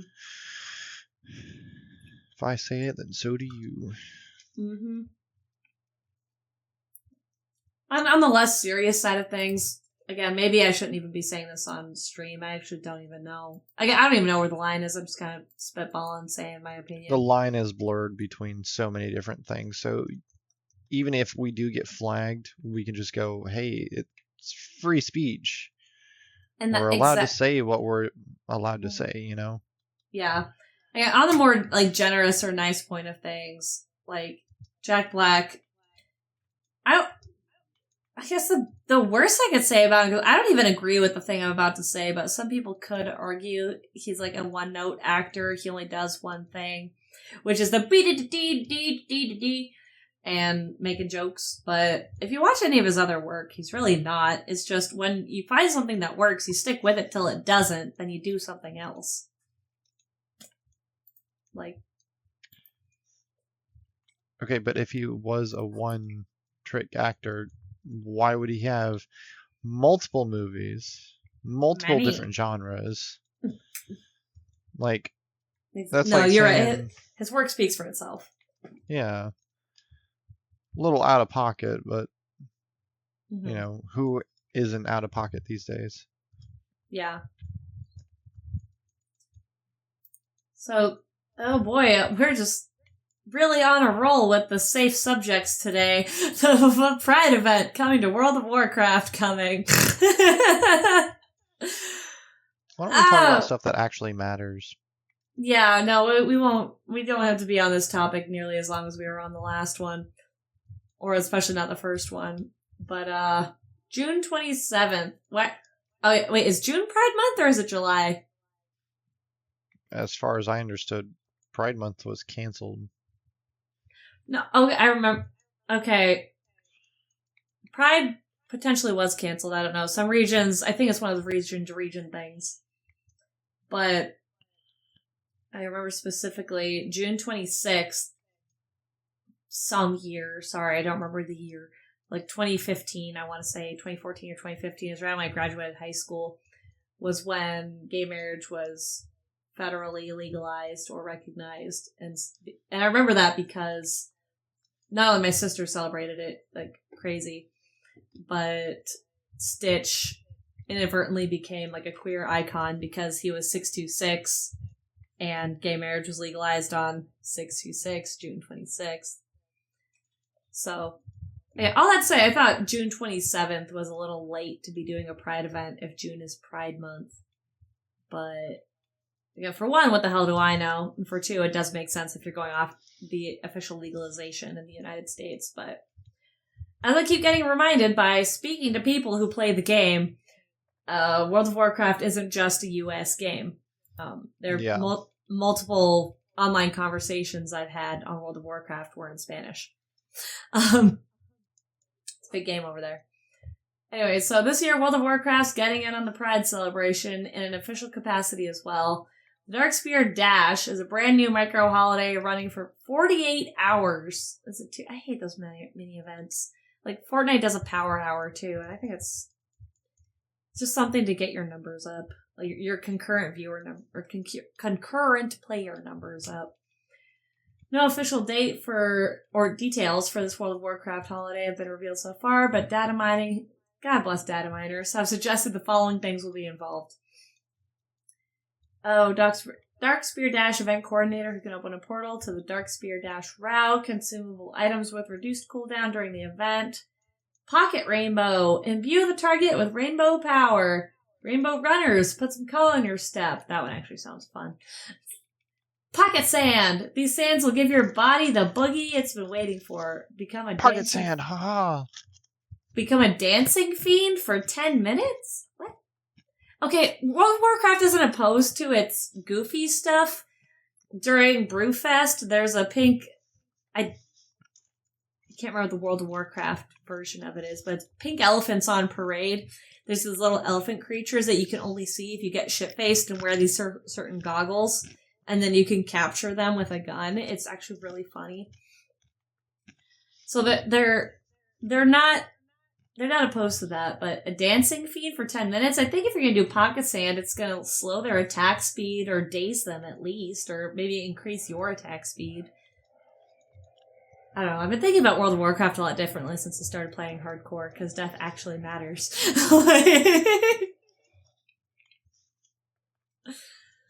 You can also get a Darkspear Dash Tabard, Title, and Troll Scroll of Rainbow Roll Toy. Roll like a troll. The bulk of this would be taking place on June 28th, the day associated with the beginning of, the Stonewall Uprising. That's why. Oh, I didn't realize that was in June. I just learned something today. A major turning point in the fight for we call it the Los Gibbities. The Los Gibbities movement, and the event that led to June becoming Pride Month. So I guess it's just coincidence, or providence, or a calculated move for the more cynical, that June became Pride Month, and it did Stonewall in addition to the month that gay marriage was legalized or federally recognized. It looks like the running of the patrols is also a fundraising event for the Trevor Project, a queer-focused suicide prevention and crisis intervention nonprofit organization. It is currently unclear if the Darkspear Dash will include an element involving this charity. I don't know what the running of the trolls is. It's inspired by it says it right here. A community-led pride event, so not sponsored by Blizzard or World of Warcraft, a community-led pride event to raise awareness and visibility for Los Gibbities players and developers. The event typically consists of a beach party on Echo Isles, a rainbow parade across Azeroth, and finally a pool party at the old Silvermoon City Fountain. Okay, that is pretty funny, I'm going to say it. 2026 is the 12th annual running of the Trolls, so it's particularly exciting to see if it gets official representation from Blizzard for this big milestone. You know, and all that, I will say this, because I feel like I've been really cynical today. Good for them. I don't approve, I'll admit, of Blizzard doing it, because when big corporations do things like co-op small events, it just always feels like a money grab. It will never not feel like a money grab. But if people on the internet are coming together to make these events happen and make them popular, good for them. Yeah. Why shouldn't there be pride in World of Warcraft if it's ran by the community? That's kind of the whole point.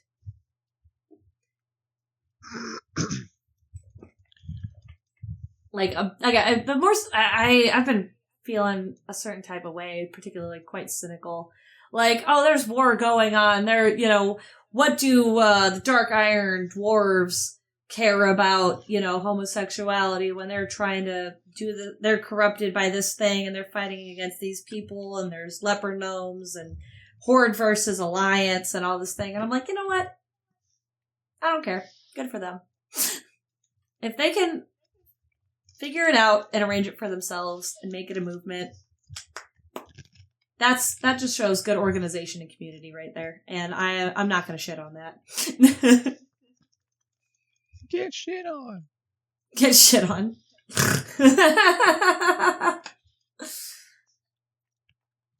Your ass. Your ass. Also, I will. That audio. No, I don't. What is that? Oh my god. That's what I'm saying. It's a kid. Kid just keeps saying, "Get shit on." Because he's playing like Super Smash Bros. Or something like that. Oh, I love Smash. And the guy was talking so much crap and starts winning. He's like, "Get shit on." I remember. Okay, I don't know why that. Actually, I do know why it reminded me of. My mom was so mad at my sister and I the one day, and I don't even remember. I think it was from our friend. Shout out Janet. I don't know if she probably doesn't watch my podcast, and I haven't talked to her in years, but she was a big influence of mine. We're Twilight buddies, and we go way back. To sum that up, we go way back. But I remember my mom got so mad at my sister and I one day because we were playing Sonic Heroes in our bedroom. And mind you, half the doors in our house growing up did not have doors. So there was no privacy there. Especially when my sister and I were screaming and shouting. But we were playing Sonic Heroes for the PS2 in our bedroom, and I was really having a hard time with this one boss. I think it was the end boss for Team Rose. And I finally started getting good and getting some damage and fucking everything up. But, of course, back in the day, I was a good little kid and I didn't cuss. But I still knew the term mofo. So there I was, up in my bedroom at like 12, 13 years old, screaming, yeah, get it, mofos! I got you now, mofos! And my mom did not interrupt my game. And my grandmother did not interrupt my game. And we came downstairs so excited we finally beat this boss. And we come downstairs and they like sat us down and went, so we heard you saying some stuff in your room. Do you know what that means? Mofo? What you were saying? And I was like, yeah. And she, I don't want to hear that ever again. And I was like, okay. Like, listen here, motherfucker. No, that's, I was a preteen here, so I'm really bad with dates, so it was between like 11 and 13 years old. So, and I was really, really goody two shoes. I was like a bad snitch. But so like, it was one of those, note to self, do not say this in front of parents. Note to self, call parents a bitch. Negative, Ghost Rider, the pattern is fault. Did you find that audio? For... Get shit on. I was going to play it afterwards. I have the audio. Oh, then just play it afterwards. We'll get back to what we're supposed to be doing. I was curious. Anyway, so GTA news. I saw a rumor it got delayed. Delayed again. Wait, is it? Because I looked it up. I saw a rumor, but I didn't see any official media reporting its delay. Did it actually get delayed again? To 2028. Okay, I read Rockstar official Twitter post. Wait, seriously? I looked on the Twitter. I must have missed it. Indeed. No, please, send the link. Find it. Okay, please do. From what I saw, it was... It got leaked, or not leaked, it got freaking... Apparently there's a new feature leak, but the game still won't come out.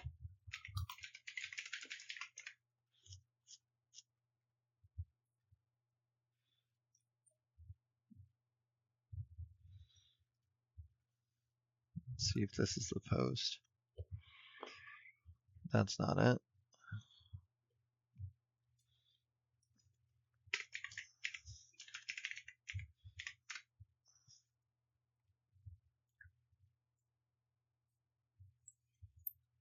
Yeah, it might have just been a rumor. I really hope so anyways.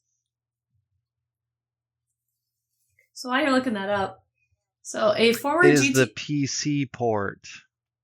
Oh, the PC port was delayed to 2028. Wow. We hope you understand that we need this extra time to deliver at a level of quality you expect and deserve. We look forward to sharing more information with you soon. Sincerely, Rockstar Games. Wow. And there's no like actual release date, but it's very possible that PC version could hold a 2028 release date. Wow.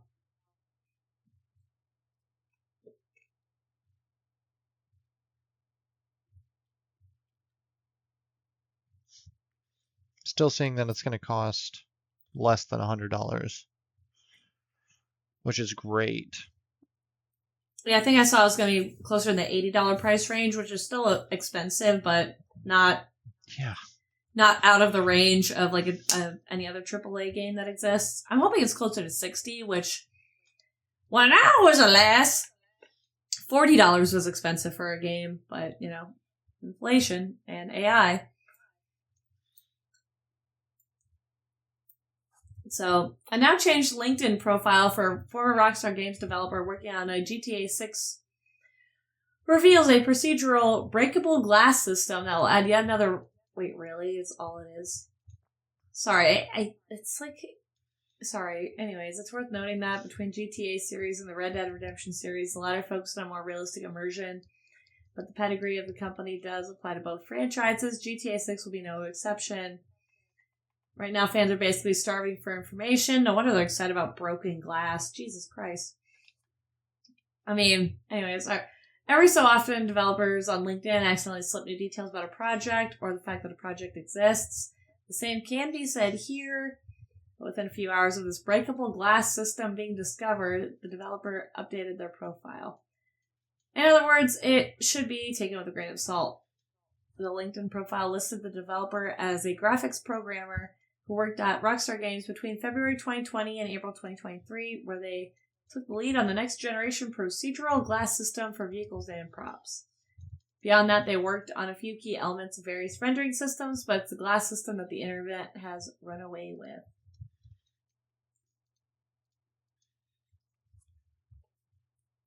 As a point of comparison, GTA 5's glass systems were impressive, but they all had set break patterns. Why shouldn't they? It's a video game.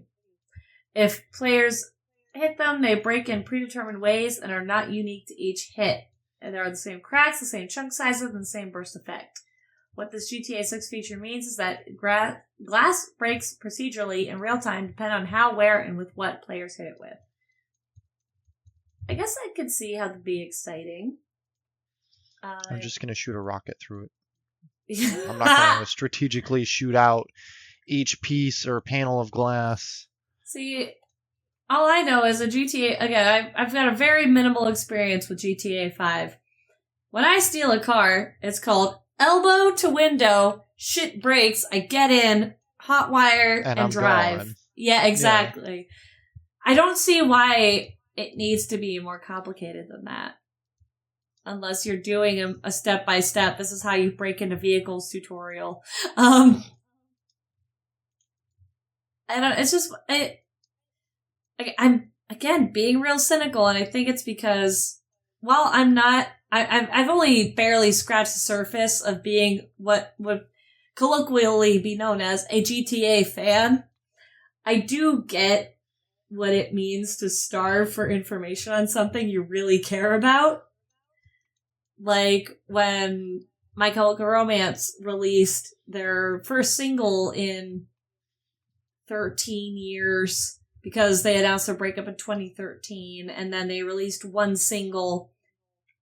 Oh no, it wouldn't have been. No, it's been 13 years since they announced the breakup. They would have done the single in like 2021, 2022. Yeah, because my sister texted me about it. And yeah, so they released one song in like the 9 years since they broke up, and it's, oh my god, I need it. It's literally like you're starving for 10 years and then you get crumbs from a loaf of bread, and it's, oh my god, it's the best thing I've ever tasted. That's basically what's happening here. Or anytime Kingdom Hearts fans get any update for Kingdom Hearts 4, which mostly is, yes, it's in development. Yes, the same composer who's been doing the games for 20 years is still doing the music. Like... Congratulations, you've waited this long. Now wait longer. Pretty much! Like, so as much as that really a broken glass system, I'm like, okay, I can see how that's pretty nifty. Nifty being the key term for it. And two, again, I get what it's like to be begging, or at least, if not begging, just really just thirsting for new information, and all you get is a crumb. And it's like, thank you, sir, may I have another? Please, sir, may I have some more? Hell, no. Right? Even some subsects of Twitter still, like, in terms of, I used to be way more into the MCR fandom than I am now, but even now I see some subsects of Twitter being like, oh my god, a new picture of Gerard just dropped, and people just flooding the comments like, he looks so good, oh my god, does this mean a new album? Like... People just need to chill out. People just need to chill out. And maybe this whole episode is a lesson in, you know, don't thirst over things you don't have, but maybe appreciate the things you do have. And get excited. The finer things in life. Appreciate, and even not just the finer things, appreciate, my favorite phrase for it is thank God for small miracles. Like, God might not, if you believe in God, if you're religious, some magical or godly being out there might not drop $2 million in your lap. But I really wish that would happen. Same. But that's probably not going to happen. But it's going to happen. You could pull out an old video game and play it and put a smile on your face. Or make a treat for one of your friends and put a smile on their face. Appreciate the little things. And just appreciate life. Just sleep with your best friend, Something to make their day. Ruin the friendship. Just do it. Ruin that friendship. Honestly, don't be afraid to ruin the friendship. Just try it. You don't know if you don't try. Bad advice from Muffin and Brit. Or good advice. Figure it out for yourself. I don't know. It's great advice. What are you talking about? We're not your parents. No. We're two people talking about a podcast. We're talking on a podcast that is literally called GFAP. GFAP. Some people just will never understand. They won't. And sometimes, they don't have to. They can just sit back and appreciate it. So, this one isn't specifically video game related, but we have talked about Disney and Disney Park stuff here, and this just looks hilarious. I've seen the video, and I'll try to play it if it's on here. If not, I'll just look it up real quick. But we have also talked about AI. So, in Disney's long, sordid history, there have been a handful of attempts where they've tried to... They're really about keeping the magic alive, quote unquote, especially in the parks. In fact, if you see something behind the scenes, or if, God forbid, you see Mickey Mouse take his head off in a park, that would be considered ruining the magic. That's why they have utilidors, aka the underground facilities where people change costumes and take breaks. Sorry, ruining the magic right there. But they have walk-around characters, they have face characters, nowadays they have the statues that you wave your magic band at and they say something. They've got a lot of immersive stuff. They try to make the park seem more magical. In this case, they made an AI robot animatronic Olaf from Frozen to speak with guests and interact. And they did try to put this out years ago. I want to say around or under 10 years ago with WALL-E. But with WALL-E's general design, That's not hard. Well, no, it's not hard, but there is too much of a risk with his weight and his general shape of rolling over kids' toes or adults' toes and just causing injury, so they ended up shelving him. But as you can see, actually from this unique angle, with Olaf's design, this is supposed to be, I would argue, a bit more reasonable because he's got that whole buffer around him, and it's part of the design, even in the cartoon. Between his little feet here that's supporting all the tech inside, there's a buffer there so that if he bumps into someone, he'll get knocked down, or if he has a sensor, there would be a reasonable level of space before any toe crushing occurred. But in this case, please, yes, the video's here. Oh, okay, I don't want to show it yet. But so they were playtesting him in Disneyland Paris, which does tend to be the testing ground for a lot of places because the Euro Disney parks are generally not as popular. Also, they're more likely over there to test new information or new technology. So they've been testing out this new Olaf animatronic, and he was fully engaged in a conversation with, again, the AI is supposed to be, he can answer kids' questions, interact with parents, crack jokes that are related to potentially what they're wearing or what they're saying.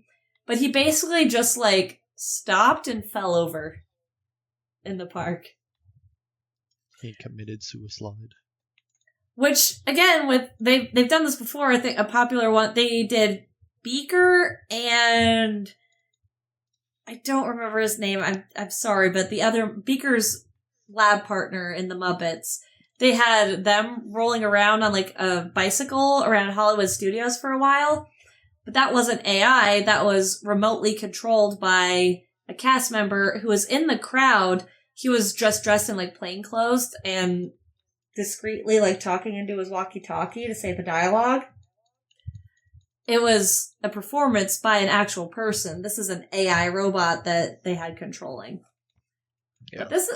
But this is what he looks like. Oh, okay, it's just gonna pull it up here. I'll go there. Oh, he just fucking eats shit. Just watch. You wait 30 minutes to see Olaf and this happens. And his nose falls off, too. I would have died. I would have laughed my ass off. I just want to know why that happened. Like, clearly. Oh, I love that. They even asked Olaf if he's okay and then carry him off. And I could watch this all day. Look at the eyes, though. Stall? Stall?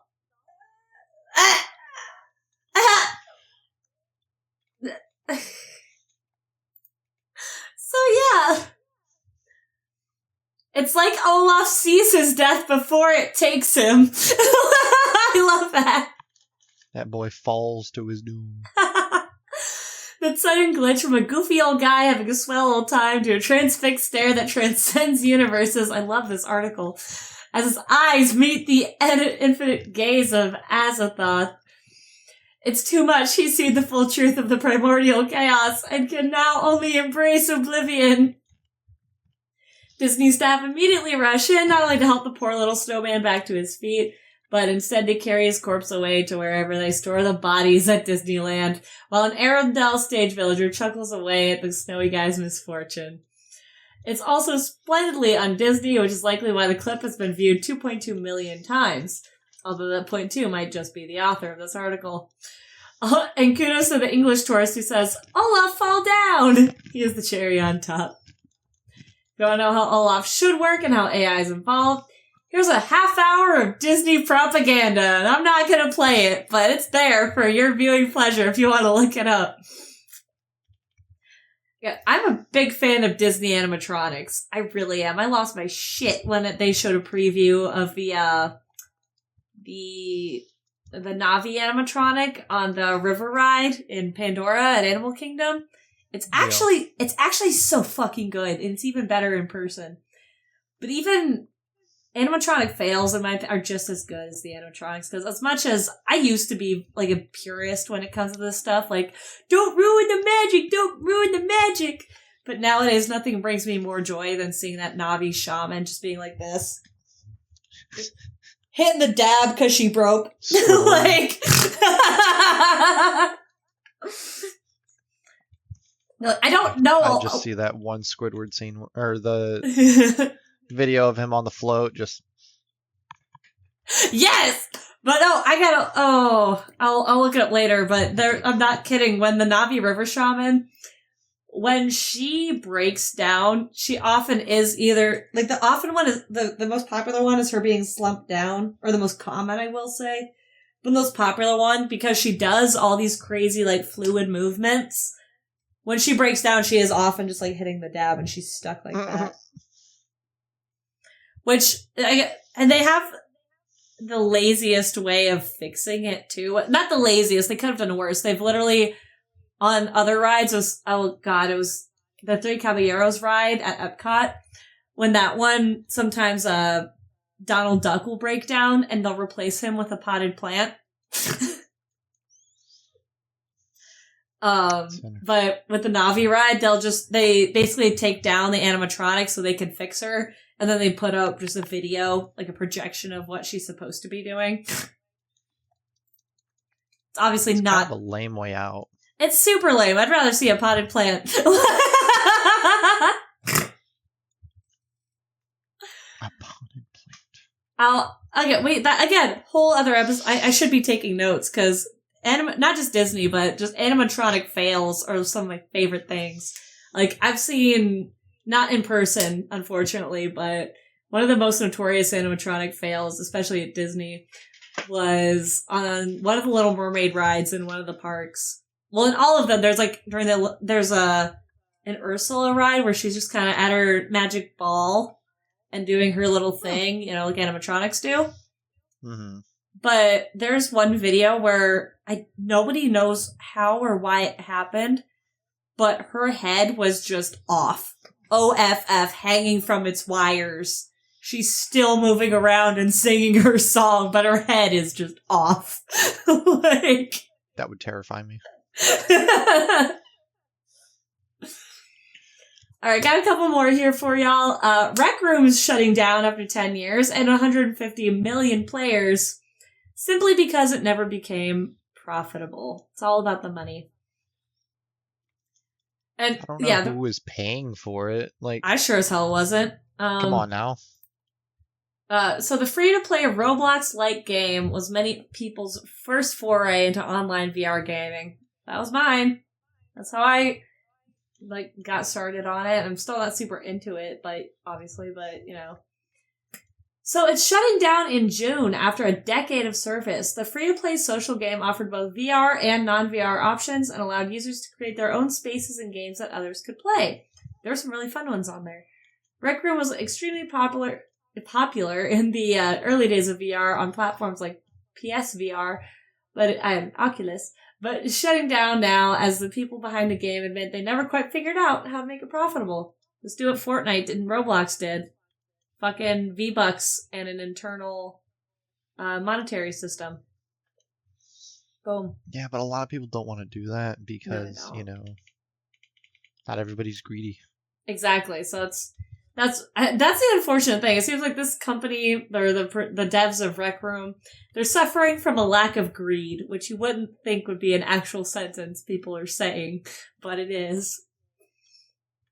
On March 30th, Rec Room's developers announced that the game will shut down completely on June 1st. In a blog post announcing the news, Rec Room Inc., the studio behind the game, said that over 150 million players have checked out Rec Room since it launched in 2016, and apparently some user-created rooms received over 500 years of playtime. Jesus. But unfortunately, the studio was never able to make much money off the free-to-play VR-focused experience, and it also got a non-VR mode, too. Despite its popularity, we never quite figured out how to make Rec Room a sustainably profitable business, so the devs and the posts announcing the game's end. Our costs always ended up overwhelming the revenue we brought in. We spent a long time trying to find a way to make numbers work. But with the recent shift in VR market, along with broader headwinds in gaming, the path to profitability has gotten tough enough that we've made the difficult decision to shut things down. It's shutting down the game while it can still offer players some heads up and close things down in a way best way possible for fans. If someone doesn't already have if someone doesn't already have a room for Rec Room's going away party, they need to get on it, because that would make a hella room. Looks like Snapchat owner Snap has already purchased some of Rec Room's assets, and some employees from the studio will join a Seattle-based tech and social media company. On behalf of the team, said the devs in the post, we'd like to thank you for being the part of the Rec Room community and helping us create a fun and welcoming place for players from all walks of life over the past 10 years. Your boundless creativity and enthusiasm has been a source of great inspiration and joy. We wish we could have found a way to keep things rolling, but unfortunately this is the end of the road. Someone's gonna figure out a way to bring it back. Someone buy Rec Room. Shit's fun. Shit's better than Roblox. It's fun as hell. Also, the reason it's not profitable is because they didn't do microtransactions at the ads like Fortnite and Roblox do. Like, come on, people. Let a good game studio have a good game. Microtransactions aren't necessarily a requirement, though. That's what I'm saying. You can make it profitable in other ways, like ads. You could have ads. Ads do suck, but they are another way to make it profitable. Or find some good investors who believe in your game. But again, that one's also even harder. So, we've got one. It could be a new era for Star Fox. While it has been nearly a decade since we were treated to a new Star Fox game, as Star Fox Zero launched in the Wii U in April 2016, it looks, according to the author, if he's being completely unfair, it's been almost 30 years since we've had a Star Fox game worth playing. As just about every entry since then has seemingly done a barrel roll to avoid the kind of critical acclaim Star Fox 64 earned then, and the legacy it maintains today. Star Fox Zero was widely considered a commercial failure, massively underperforming by selling under 500,000 copies worldwide, and officially becoming the worst-selling game in the franchise in Japan. After that, the IP went quiet, but it's the fact that it went quiet after a failure that means something. Essentially, anything franchise does now would be considered an attempt at redemption. Whether it works out that way is something that remains to be seen, but nonetheless, it looks like Nintendo could be ushering in a new era for Star Fox with how much it seems to be betting on the IP. The iconic character having been confirmed to appear in the Super Mario Galaxy movie, being voiced by Glenn Powell, one of my favorite actors right now. And there's rumors of a new Star Fox game in the works. This might just be more than a one-off deal where the franchise reappears for a moment and then vanishes. If the rumors of the new Star Fox game turn out to be true, especially then, Nintendo could be creating momentum for a much larger future for the Spacefaring K9. What do you think about all this, Muffin? There's a lot of stuff here, but what do you think about the potential of Star Fox? I never played it to begin with. Me either, but he is on Super Smash Bros. I was going to say, you seemed more of like the Nintendo girly. You would have been the one to play it. I didn't play a lot for the 60. I played barely any Super Mario 64. I played Mario Kart 64. There's not a lot of 64 games I've played. But I do like the idea. Again, Glenn Powell's pretty. I will say that. I liked him in the movies I've seen him in. I am not a fan of, to be fair, I haven't watched them, but I'm not a fan of the animated Super Mario Brothers movies. I do hope that... Like the newer ones? Yeah, no, I haven't seen them. Huh. I saw the Minecraft movie. That's the only... I haven't watched the Super Mario movie. It's a good movie. Is it? See, I don't like... I'm one of those people who didn't want to watch it because Chris Pratt didn't do the Mario voice. I'll say it. I wanted to hear Super... He did, and then people gave him shit about it, so he didn't do it. Well, it sounds like he should have just stuck with it and stopped listening to a crowd of people who don't know what they're talking about. Yeah, I agree.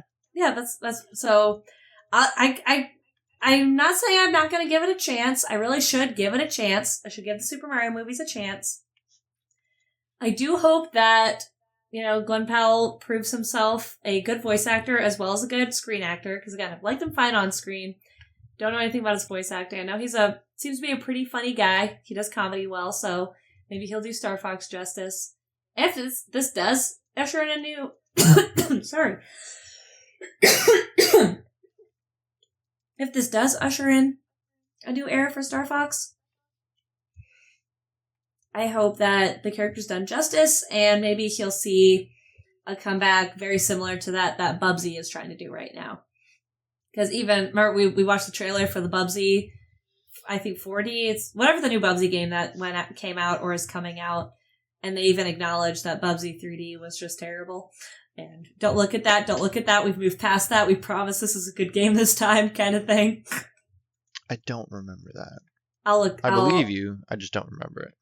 I'll look it up for you, it'll jog your memory, but Bubsy 3D was Bubsy was is like a cult following, oddly classic character, but Bubsy 3D was just a terrible game, from what I've seen and understood, but they're coming out with a new Bubsy that's supposed to be better.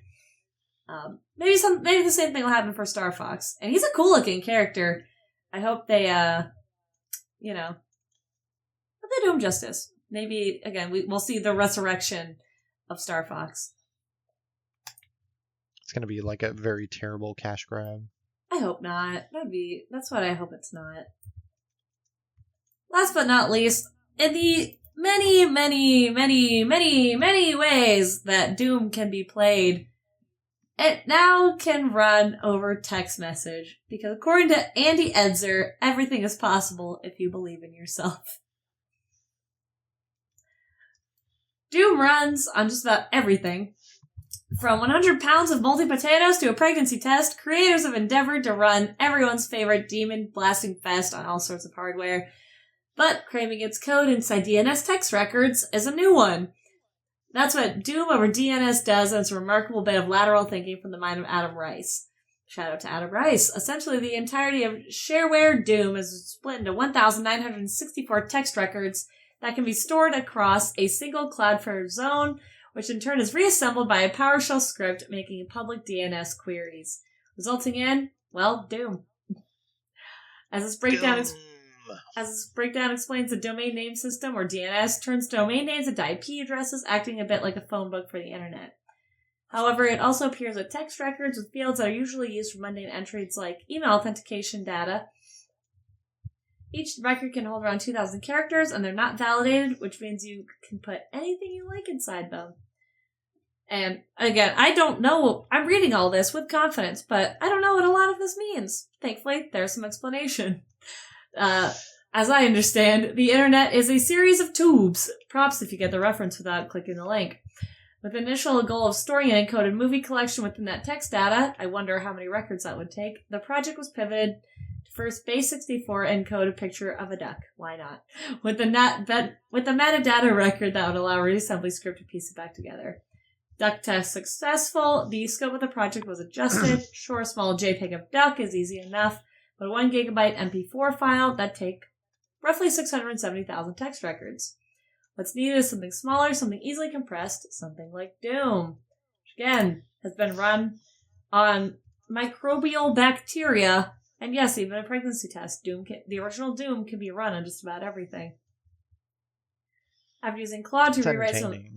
Oh yeah, I want to play Doom, and not every, because God, that'd take forever, but any iteration that I can on Doom. Look at that! Those actually don't look too far off from the 2016 remake. Look at these things. The cacodemons look amazing! It does. It almost looks like it's in a Minecraft world, to be honest. It really does. Again, this is well before Minecraft. DNS is almost 45 years old, and it was designed to map host names to IP addresses. It's not a file storage system. It was not designed to be a file storage system, said Rice. Sorry, not Rice. Rice. Nobody at the IETF was thinking about it being used as a file storage system when they wrote RFC 1035. Yet here we are. The most boring protocol on the internet is also quietly one of the most abusable. Well, congratulations. Doom has once again been forced to run on something it should not be run on, and we've all learned something about how the internet works. Or how Doom works. Whatever. It ain't half cool, though, eh?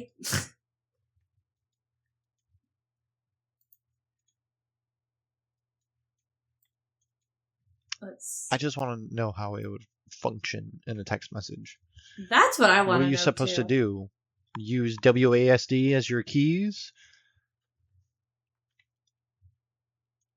That's a good question. Like, what? What is there? What do we do?